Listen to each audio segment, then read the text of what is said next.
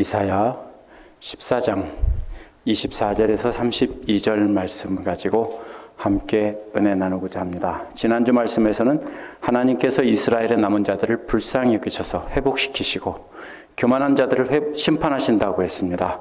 교만한 바빌론 왕은 깊은 곳에 떨어져서 구더기호를 깔고 지렁이 이불을 덮게 하신다고 했습니다. 하나님께서 교만해져서 하나님의 자리까지 오른 바빌론 왕을 시체더미 가운데 가장 밑에 깔리시게 하시고 그 자손들도 다 멸하신다고 하셨습니다. 하나님께서 교만한 자를 멸하실 뿐 아니라 그 흔적까지 다 쓸어 없애시겠다고 했습니다.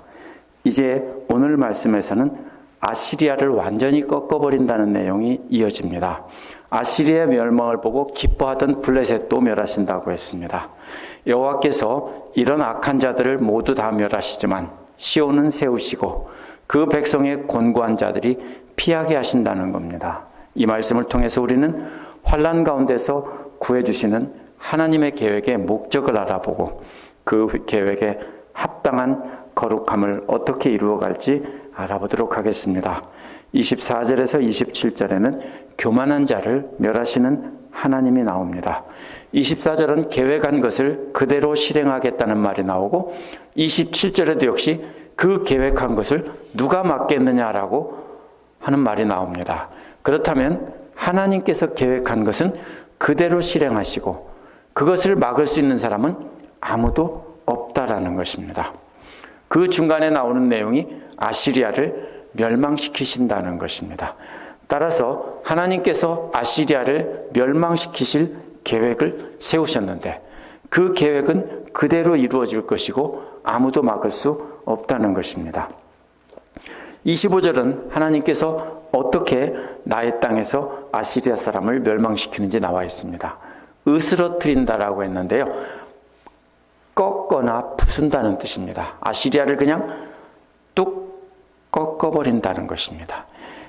하나님께서 이스라엘의 땅에 침입한 아시리아를 그 강한 팔로 꺾어서 던져버리신다는 겁니다. 그 다음에 그들을 나의 산에서 발로 밟아버리신다고 했습니다. 나의 산이란 시온산이 있는 성전이 있는 시온산입니다. 그곳에서 이미 꺾어서 던진 아시리아를 발로 이겨버리는 것인데 이미 꺾었을 때 이미 끝났습니다. 그런데 아직 숨이 붙어 있는 모양입니다. 그래서 이번에는 발로 그 목을 밟아서 숨통을 완전히 끊어놓는 그런 장면입니다. 하나님께서 아시리아를 그렇게 완전히 멸망시킨다는 비유적인 표현입니다. 멍에단 소나마를 부리기 위해서 메어놓은 것인데요. 아시리아 사람들이 이스라엘 백성들을 노예로 부리기 위해서 소나말처럼 그렇게 멍에를 씌워놓은 것처럼 그렇게 노예로 부렸다는 것입니다. 그런데 하나님께서 아시리아를 팔로 꺾고 발로 밟아서 없애신 다음에는 그 다음에 하시는 일이 하나님의 백성에 씌워놓은 멍에를 벗기시는 겁니다. 뿐만 아니라 그들이 하나님의 백성에게 얹어놓은 짐들까지도 내려주신다는 것입니다. 하나님께서 그 백성들을 불쌍히 여기셔서 다시 해방시켜 주신다는 것입니다. 26절은 이것이 주님께서 온 세계를 보고 세우신 계획이라고 했습니다. 주님께서 아시리아나 바빌로니아만 심판하는 것이 아니라는 겁니다. 이것이 바로 온 세계를 위한 계획이고요.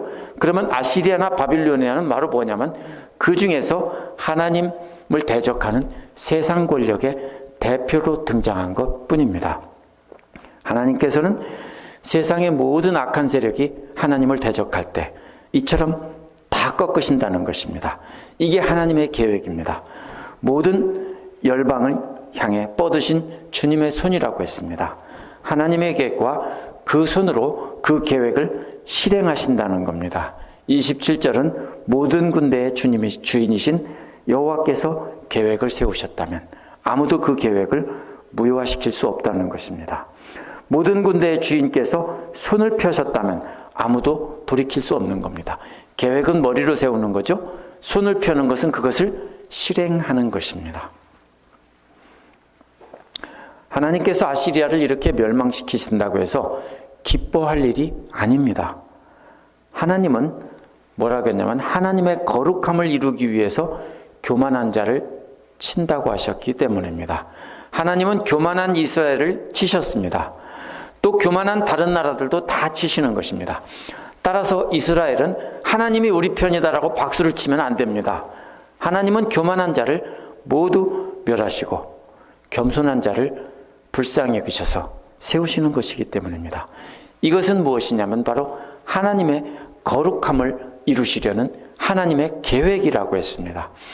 따라서 하나님의 그 계획에 합당하지 않으면 누구든지 다 심판의 대상이라는 뜻입니다.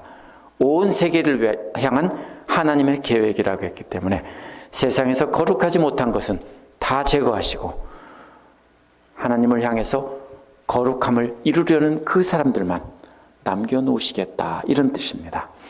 28절에서 32절에는 남은 자를 보호하시는 하나님이 나옵니다. 28절은 아하스 왕이 죽던 해라는 말이 나옵니다. 그때를 정확히 알 수 없지만 보통 기원전 715년으로 보는 경우가 많습니다.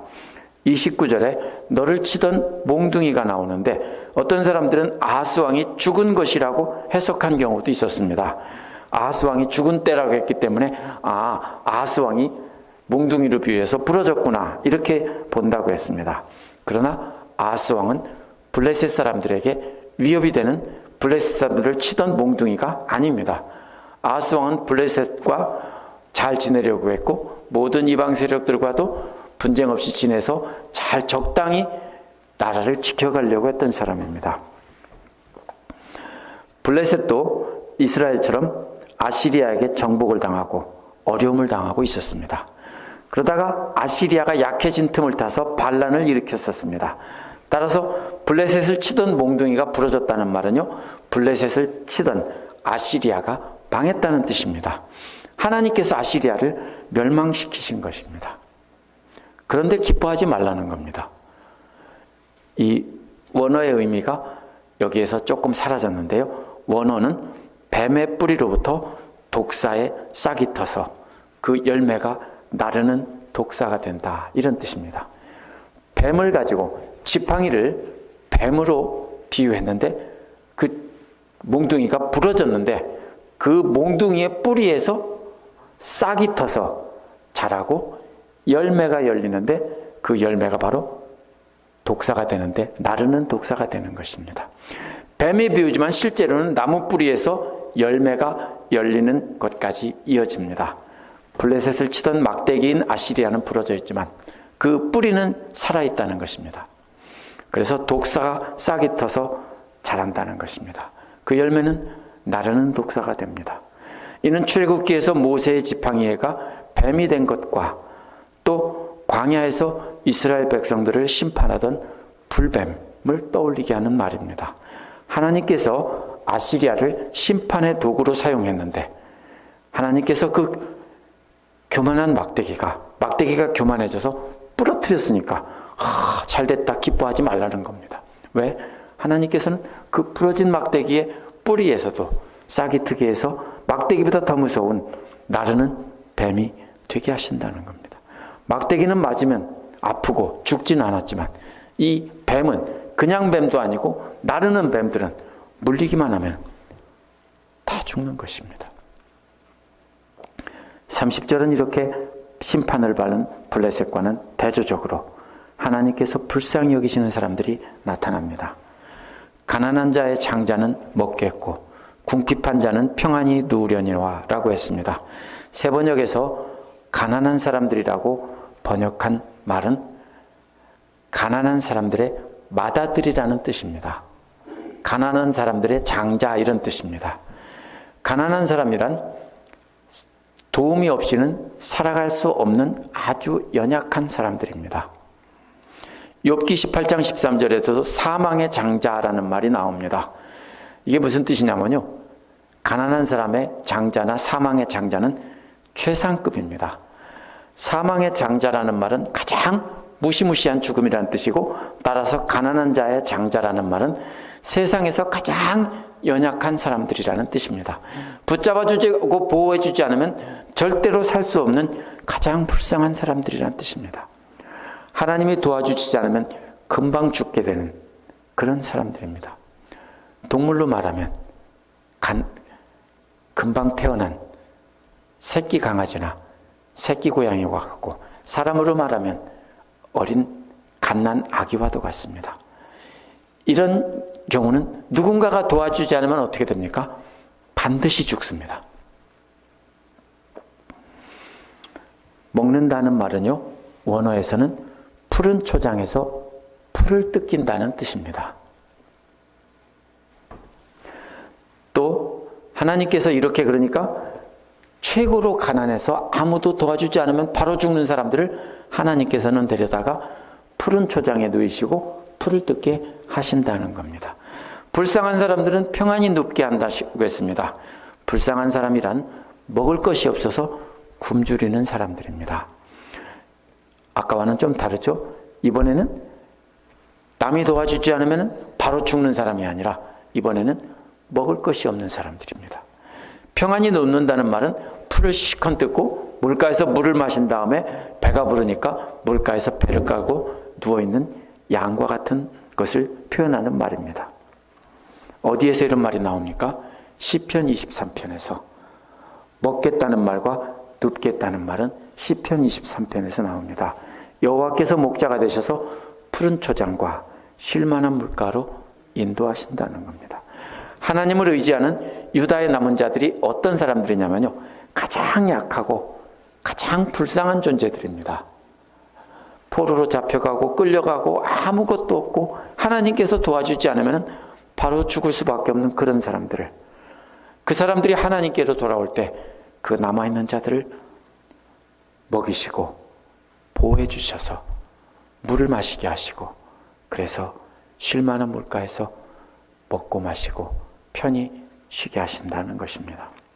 그러나 반대로 블레셋 사람들은 모조리 굶어 죽게 한다는 것입니다. 너희 남은 자들은 칼에 죽게 한다고 하셨습니다. 원어는 이런 말입니다. 내가 기근으로 너의 뿌리를 죽인다라는 뜻입니다. 앞에서는 뭐라고 했습니까? 막대기가 꺾어졌는데 그 뿌리가 싹이 트게 해서 열매가 맺어서 나르는 독사가 되게 한다고 했는데, 이번에는 너희들의 뿌리까지 죽게 한다는 것입니다. 계속해서 나무의 비유로 이어지고 있습니다. 하나님의 심판의 도구는 망한 것 같지만 그 뿌리가 싹이 나고 자라서 열매를 맺어서 나르는 불뱀이 된다고 했는데, 반대로 하나님의 심판 도구가 부러졌다고 기뻐하던 블레셋은 그 뿌리까지 완전히 말라 죽게 하신다는 겁니다. 그러나 거기서 멈추지 않습니다. 그 남아있는 자들은 칼로 도륙한다는 것입니다. 뿌리까지 다 죽었는데 그래도 남은 자가 여기저기 좀 흩어져 있나 봅니다. 그것들은 모두 다 칼로 죽인다는 것입니다. 31절은 성문아 슬피 울어라, 성읍아 울부짖어라, 너 블레셋아 노가 없어져라, 이렇게 말했습니다. 이는 높이 쌓인 성을 상상을 해봐야 됩니다. 옛날 사람들은 적에게서 지키려면 제일 먼저 성을 쌓고 거기에 튼튼한 성문을 달았습니다. 영화에서 보면 나무 같은 것을 연필처럼 깎아서 큰 나무를 해가지고 문을 쳐가지고 성문을 부수는 모습이 나오죠. 바로 그런 장면을 상상해야 됩니다. 아시리아의 공병대들이 성문을 부술 도구를 만들어서 문을 부수기 때문에 계속 성문이 얻어맞고 있습니다. 그럼 어떻게 합니까? 그래서 성문아 슬피 울라는 것입니다. 만약에 우리를 메어놓고 몽둥이로 계속 두들겨 팬다면 어떻게 했습니까? 아파서 울겠죠. 그것처럼 성문을 커다란 나무로 계속 치고 있으니까 성문아 울으라는 겁니다. 그래서 성문이 흐느껴 울고 있습니다. 그런데 성문이 부서졌습니다. 그러면 어떻게 됩니까? 아시리아 군대가 들어가서 마구 부수고 불을 찌고 그럴 것입니다. 그래서 그 다음에는 성읍아 큰 소리를 내서 통곡하라는 것입니다. 왜? 성문이 부서진 뒤에는 그 성읍 전체가 울부짖는 것입니다. 그 다음에는 마지막으로는 블레셋 전체가 완전히 녹아 없어지라는 것입니다. 왜 노가 없어집니까? 불로 다 태우니까 다 타서 노가 없어지는 겁니다. 마지막으로는 북쪽으로부터 강한 군대가 진군하여 온다고 했습니다. 원어는 연기가 북쪽에서 온다는 뜻입니다. 무슨 그림입니까? 위에서부터 계속 모든 성읍들을 다 점령하고 불을 질러 태우기 때문에 군대가 온다고 하지 않고 뭐가 온다겠냐면 연기가 온다는 것입니다. 계속해서 쳐들어 내려오면서 다 불질러 버리고 태워버리는데, 그래서 아시리아가 다 없어지는 모습입니다. 아시리아 군대가, 제가 말을 잘못했습니다. 그래서 이 아시리아 군대가 다른 성읍들을 계속 정복하는데 블레셋이 계속 타서 없어지는 모습입니다. 그래서 블레셋의 성읍들은 모두의 연기에 타서 연기가 돼서 올라갈 것입니다. 블레셋 군대에는 패잔병이 없을 것이라고 했습니다. 어느 군대든 패잔병이 있습니다. 전쟁에서 지면. 근데 여기는 패잔병이 없습니다. 왜? 한 사람도 살아남지 못했고 다 전멸했고 완전히 불타버렸다는 뜻입니다. 32절에는 블레셋의 특사들에게 뭐라고 답변할 것인가 라고 말합니다. 블레셋이 아시리아의 공격을 받자, 앞에서는 이렇게 될 것이라는 예언인데요, 여기서는 블레셋이 위기가 닥치자 특사를 이스라엘에 보냈습니다. 뭐라고 할까요? 우리 함께 연합해서 아시리아와 싸우자라는 것입니다. 뭐라고 답변할 것입니까? 이사야는 주님께서 시온을 세우셨으니 고통을 당하던 그의 백성들은 그리로 피한다라고 답변하라고 했습니다. 그러면 아시리아와 싸울 필요가 없는 거죠. 자기들은 주님께로 피할 테니까 너희들은 한번 싸워봐라, 이런 뜻입니다. 그러면 주님께서 아시리아를 물리치고 그 백성들을 지켜주신다는 겁니다. 이 부분에서 대조되는 것은 스스로는 매우 강한 자들이지만 하나님의 심판을 받아서 멸망하는 그 블레셋과 세상에서는 가장 불쌍한 자들이지만 하나님의 보호를 받아서 살아남는 이스라엘의 남은 자들입니다. 블레셋은 세상적인 관점으로 보면 강한 자들입니다. 이스라엘은 다윗 시대를 제외하고는 항상 블레셋에게 지배를 받고 고통을 당했습니다. 성경에 그런 얘기가 많이 나오죠. 블레셋이 쳐들어와서, 그렇죠?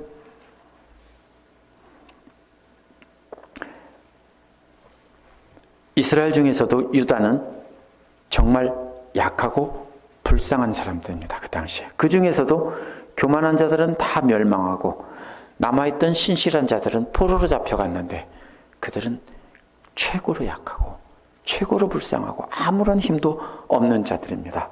하지만 그들이 하나님께로 피하니까 하나님의 보호를 받아서 푸른 초장에서 풀을 뜯고 잔잔한 물가에서 쉬게 되는 것입니다. 오늘 말씀에서 주목해야 될 것은, 주목해야 할 단어는 개역에서는 경영이라고 번역했고 세번역에서는 계획이라고 번역한 단어입니다. 언뜻 생각하면 여기서 이스라엘의 대적은 망하고 이스라엘은 살아남는다, 이 뜻인 것 같지만 그게 아닙니다. 여기서 계속 반복되는 단어는 하나님의 경영입니다. 하나님의 계획입니다. 경영이 뭡니까? 회사를 경영한다 그러면 어떻게 합니까? 앞날을 내다봐야 됩니다. 그렇죠? 앞으로 어떻게 될 것인가? 삼성에서 오래전에 삼성광학이라는 카메라를 세워서 삼성 카메라를 만들어서 꽤 잘 어느 정도 됐어요. 그런데 어느 순간 접어버렸어요. 이유도 없이 접었어요. 사람들은 망했다라고 했는데 삼성의 경영자는 무엇을 생각했냐면 앞으로 카메라는 없어지고 스마트폰에 달린 카메라만 남을 것이다. 그래서 삼성에서 삼성광학 카메라를 없애버린 겁니다. 그러나 그동안 연구했던 기술을 없앤 게 아니라 그거를 뭐로 만들었냐면 그거를 그대로 카메라를 다른 회사에서는 다른 카메라 회사에서 그걸 기술을 들여다 만들지만 삼성폰에다가는 자기들이 쌓은 그 기술로 카메라를 거다 넣었습니다. 그렇게 내다보고 그러니까 오늘날 일본의 유명한 카메라 회사들이 다 망해가는데 삼성 새로 나온 S20에 들어있는 카메라는 요즘에 최고 좋은 카메라보다 못지않을 만큼 굉장히 좋은 성능을 갖고 있다는 겁니다. 이게 바로 뭐냐면 경영이라고 하는 겁니다. 경영은 무엇을 하는 겁니까? 미래를 내다보고 계획하는 것입니다. 하나님의 계획이 뭡니까? 하나님의 계획, 하나님의 경은 오늘까지 이어집니다. 그거는 뭡니까? 이스라엘은 살리고 이스라엘의 대적은 다 멸망시킨다고요? 그렇게 해서 이스라엘 사람들은 교만해져 가지고 무슨 일만 있으면 무조건 성전에 가서 숨고 자기들이 악한 일을 해서 하나님의 심판을 받는데도 성전에 들어가면 산다 해서 성전에 들어갔다가 다 전멸했습니다. 그게 하나님의 계획이 아니에요. 하나님의 계획은 거룩한 자를 남기고 더럽고 부정한 자들은 모두 멸하시는 겁니다. 그래서 거룩한 자들로 세상에 가득 차게 해서 하나님을 찬양하게 하는 것이 바로 하나님의 계획입니다. 이게 하나님의 경영입니다.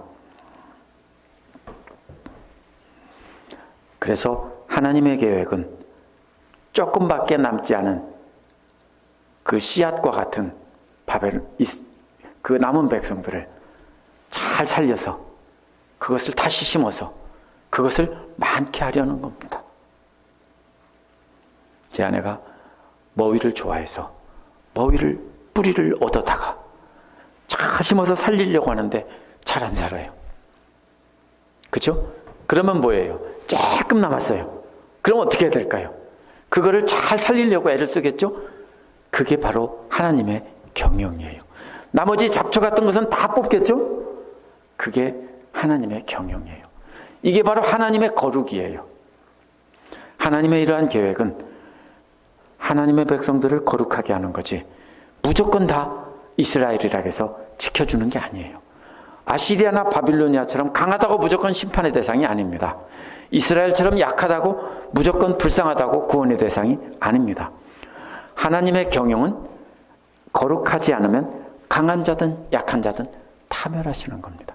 그래서 이스라엘도 멸하시고 다 포로로 잡혀가게 하신 것이고 그 중에 남은 자들만 조금 살린 것입니다. 우리를 때리던 막대기와 같이 우리를 괴롭히던 사람들이 부러졌다고 무조건 기뻐하면 안 됩니다.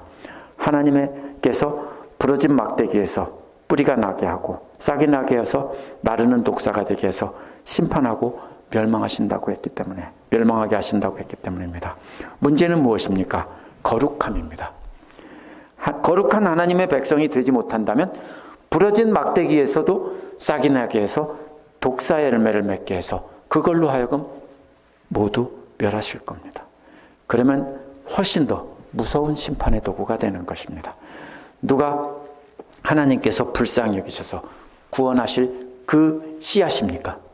누가 하나님께서 불쌍히 여기셔서 구원하여서 한 줌 싹을 움켜쥐고 그것을 남겨서 보존할 자입니까? 오늘 30절에서는 가난한 사람과 불쌍한 사람들이라고 했습니다. 단순히 돈이 없고 의지할 사람도 없는 불쌍한 사람이 아닙니다. 이는 마태복음 5장에서 예수께서 말씀하신 오직 하나님밖에 의지할 분이 없다며 하나님께로 나오는 심령이 가난한 자들이 바로 그런 자들입니다. 그래서 예수님께서 오셔서 심령이 가난한 자에게 복이 있다라고 하신 겁니다. 하나님만 의지하고 하나님께 나오며 하나님밖에 없어요. 하나님께로 나가면서 하나님이 나를 받아주시지 않으면 나는 아무것도 할 수 없어요. 이렇게 나오는 자들을 하나님께서 안아주시고 그 사람들을 잘 보존하셔서 이렇게 씨앗으로 심으신다는 뜻입니다. 자신의 탐욕을 따라 살아가는 세상 사람들은 성공해서 부와 명예와 권력을 쥐고 떵떵거리고 삽니다. 아니면 그보다 조금 못한 사람들은 그 사람들 아래에서 빌붙어서 떵떵거리지는 못해도 떵거리면서 살아갑니다. 세상에서 아무리 성공한 사람처럼 보여도 하나님만 의지하지 않는다면, 그런데 오늘 말씀에서는 모두가 다 멸망의 대상입니다. 왜요? 거룩하지 못하기 때문입니다. 부자이고 잘 살고 성공했다고 해서 멸망의 대상이 아닙니다. 거룩하지 못하기 때문에 멸망의 대상입니다. 반대로 예수 그리스도를 믿고 하나님만 의지하고 사는 사람들은 아무리 불쌍하게 사는 사람이라도 하나님께서 푸른 초장을 인도하시고 쉴만한 물가로 인도하셔서 쉬게 하시는 것입니다. 단순히 물질적으로 풍요롭게 하신다는 뜻이 아닙니다. 시편 23편에서 이렇게 먹이시고 마시게 하시고 쉬게 하시는 것은 내 영혼을 소생시키시는 것입니다. 지쳐서 쓰러지게 된 우리 영혼이 날마다 하나님의 말씀을 먹고 새롭게 힘을 얻어서 목자가 되신 주님을 따라가게 하려는 것입니다. 소생시킨다는 말은 이런 뜻입니다. 사막길을 걸어가는데 먹을 게 없고 마실 게 없어서 쓰러졌습니다. 그런데 누군가가 물병으로 가족 부대에 담긴 물을 입에다 따라 넣어주고 끌어다가 그늘에다 뉘어주고 잠시 정신이 드니까 먹을 것을 주면은 다시 살아나지 않습니까? 그게 바로 소생시킨다는 뜻입니다. 그러면 우리가 세상에서 살면서 참 힘듭니다. 제 아내도 역시 참 힘듭니다. 누구보다도 힘듭니다, 지금. 우리 집사님들도 정말로 힘들죠. 이렇게 힘들 때 우리가 우리 주님을 의지하면 우리 주님께서 지쳐 쓰러져가는 우리에게 날마다 새 힘을 주시고 다시 살게 하신다는 것입니다. 그래서 새 힘을 얻어서 목자이신 우리 주님을 따라가게 하시는 것입니다. 그렇게 우리에게 날마다 새 힘을 주시는 것은 우리 주님을 뒤를 따라가며 그분을 닮아서 거룩하게 하려는 것입니다. 그래서 예수님을 이 땅에 보내신 겁니다. 그래서 남은 씨앗을 간직해서 예수님 닮아서 거룩하게 하라는 것입니다. 그렇게 거룩하게 된 각자가 거룩함으로 함께 모여서 거룩한 공동체를 이루게 하셔서 그분을 통해서 거룩함을 나타내시려는 겁니다. 그러므로 날마다 말씀을 통해서 영혼이 소생케 되는 경험을 하고 날마다 새롭게 변화를 받아가며 주님을 닮아가야 합니다. 그것이 하나님의 이러한 거룩한 구원 계획, 하나님의 경영에 합당하게 살아가는 것입니다. 함께 기도하겠습니다.